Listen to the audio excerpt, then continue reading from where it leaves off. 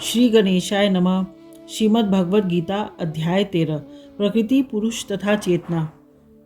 अर्जुन ने कहा, हे कृष्ण, मैं प्रकृति एवं पुरुष, क्षेत्र एवं क्षेत्रज्ञ तथा ज्ञान एवं ज्ञेय के विषय में जानने का इच्छुक हूँ। श्री भगवान ने कहा, हे कुंती पुत्र, यह शरीर क्षेत्र कहलाता है और इस क्षेत्र को जानने वाला क्षेत्रज्ञ है। हे भरतवंशी, तुम्हें ज्ञात होना चाहिए कि मैं भी समस्त शरीर में ज्ञाता भी हूँ और इस शरीर तथा इसके ज्ञाता को जान लेना ज्ञान कहलाता है, ऐसा मेरा मन है। अब तुम मुझसे यह सब संक्षेप में सुनो कि कर्म क्षेत्र क्या है, यह किस प्रकार बना है, इसमें क्या परिवर्तन होते हैं, यह कहाँ से उत्पन्न होता है, इस कर्म क्षेत्र को जानने वाला कौन है और उसके क्या प्रभाव हैं। विभिन्न वैदिक ग्रंथों में विभिन्न ऋषियों ने कार्यकलापों के क्षेत्र तथा उन कार्यकलापों के ज्ञाता के ज्ञान का वर्णन किया है। इसे विशेष रूप से वेदांत सूत्र में कार्य कारण के समस्त तर्क समेत प्रस्तुत किया गया है। पंच महाभूत, अहंकार, बुद्धि, अव्यक्त, तीनों गुणों की अप्रकट अवस्था, 10 इंद्रियों तथा मन, 5 इंद्रिय विषय, इच्छा, द्वेष, सुख दुख, संघात, जीवन के लक्षण तथा धैर्य, इन सबको संक्षेप में कर्म का क्षेत्र तथा उसकी अंतः क्रियाएं कहा जाता है। विनम्रता, दंभहीनता, अहिंसा, सहिष्णुता, सरलता, प्रामाणिक, गुरु के पास जाना, पवित्रता, स्थिरता, आत्मसंयम, इंद्रिय तृप्ति के विषयों का परित्याग, अहंकार का अभाव, जन्म मृत्यु वृद्धावस्था तथा रोग के दोषों की अनुभूति, वैराग्य, संतान, स्त्री, घर तथा अन्य वस्तुओं की ममता से मुक्ति, अच्छी तथा बुरी घटनाओं के प्रति समभाव, मेरे प्रति निरंतर अनन्य भक्ति, एकांत स्थान में रहने की इच्छा, जन समूह में विलगाव, आत्म साक्षात की महत्ता को स्वीकारना तथा परम सत्य की दार्शनिक खोज, इन सबको मैं ज्ञान घोषित करता हूँ और इनके अतिरिक्त जो भी है वह सब अज्ञान है।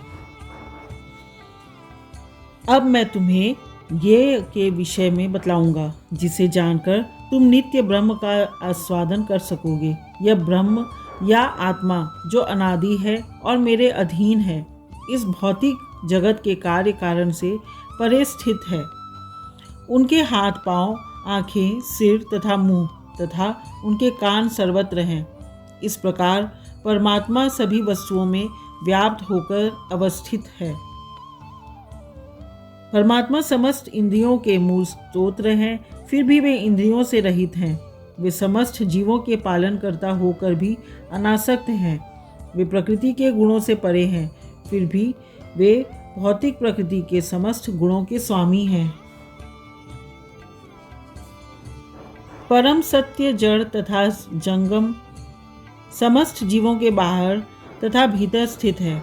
सूक्ष्म होने के कारण वे भौतिक इंद्रियों के द्वारा जानने या देखने से परे हैं।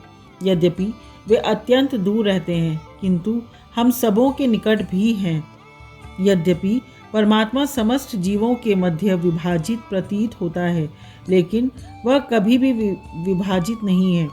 वह एक रूप में स्थित है।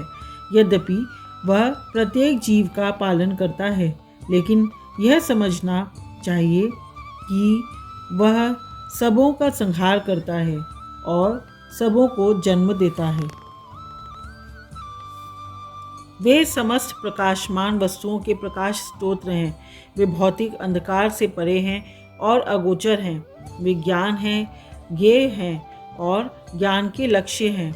वे सबके हृदय में स्थित होते हैं। इस प्रकार मैंने कर्म क्षेत्र, ज्ञान तथा ज्ञान के प्रदाता का संक्षेप वर्णन किया है। इसे केवल मेरे भक्त ही पूरी तरह समझ सकते हैं और इस तरह मेरे स्वभाव को प्राप्त होते हैं। प्रकृति तथा जीवों को अनादि समझना चाहिए। उनके विकार तथा गुण प्रकृति जन्य हैं। प्रकृति समस्त भौतिक कारणों तथा कार्यों की हेतु कही जाती है और जीव इस संसार में विविध सुख दुख के भोग का कारण कहा जाता है।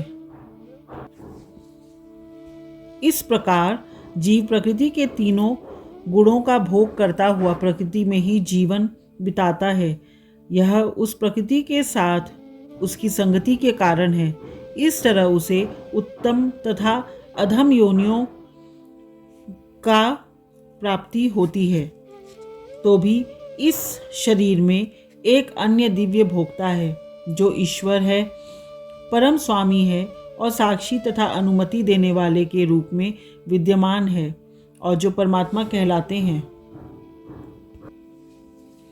जो व्यक्ति प्रकृति, जीव तथा प्रकृति के गुणों की अंतःक्रिया से संबंधित इस विचारधारा को समझ लेता है, उसे मुक्ति की प्राप्ति सुनिश्चित है।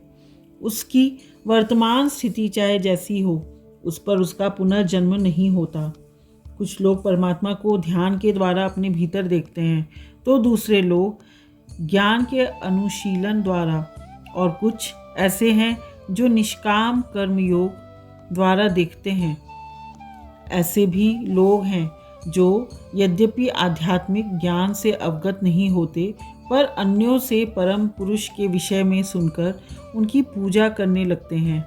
ये लोग भी प्रामाणिक पुरुषों से श्रवण करने की मनोवृत्ति होने के कारण जन्म तथा मृत्यु के पथ को पार कर जाते हैं। हे भरतवंशियों में श्रेष्ठ, यह जान लो कि चर तथा अचर जो भी तुम्हें अस्तित्व में दिख रहा है, वह कर्म क्षेत्र तथा क्षेत्र के ज्ञाता का संयोग मात्र है। जो परमात्मा को समस्त शरीरों में आत्मा के साथ देखता है और जो यह समझता है कि इस नश्वर शरीर के भीतर न तो आत्मा न ही परमात्मा कभी भी विनष्ट होता है, वही वास्तव में देखता है। जो व्यक्ति परमात्मा को सर्वत्र तथा प्रत्येक जीव में समान रूप से वर्तमान देखता है, वह अपने मन के द्वारा अपने आप को भ्रष्ट नहीं करता। इस प्रकार यह दिव्य गंतव्य को प्राप्त करता है। जो यह देखता है कि सारे कार्य शरीर द्वारा संपन्न किए जाते हैं, जिसकी उत्पत्ति प्रकृति से हुई है, और जो देखता है कि आत्मा कुछ भी नहीं करता, वही यथार्थ में देखता है। जब विवेकवान व्यक्ति विभिन्न भौतिक शरीरों के कारण विभिन्न स्वरूपों को देखना बंद कर देता है और यह देखता है कि किस प्रकार से जीव सर्वत्र फैले हुए हैं, तो हे अर्जुन, भौतिक शरीर के साथ संपर्क होते हुए भी आत्मा न तो कुछ करता है और न लिप्त होता है। यद्यपि आकाश सर्वव्यापी है, किंतु अपनी सूक्ष्म प्रकृति के कारण किसी वस्तु से लिप्त नहीं होता। इसी तरह ब्रह्म दृष्टि में स्थित आत्मा शरीर में स्थित रहते हुए भी शरीर से लिप्त नहीं होता। हे भरतपुत्र, जिस प्रकार सूर्य अकेले इस सारे ब्रह्मांड को प्रकाशित करता है, उसी प्रकार शरीर के भीतर स्थित एक आत्मा सारे शरीर को चेतना से प्रकाशित करता है। जो लोग ज्ञान के चक्षुओं से शरीर तथा शरीर के ज्ञाता के अंतर को देखते हैं और भव बंधन से मुक्ति की विधि को भी जानते हैं, उन्हें परम लक्ष्य प्राप्त होता है। इस प्रकार श्रीमद् भगवद गीता के 13वें अध्याय प्रकृति, पुरुष तथा चेतना का भक्ति वेदांत तात्पर्य पूर्ण हुआ। श्री कृष्णार्पणमस्तु। हरि ओम तत्सत, हरि ओम तत्सत, हरि ओम तत्सत।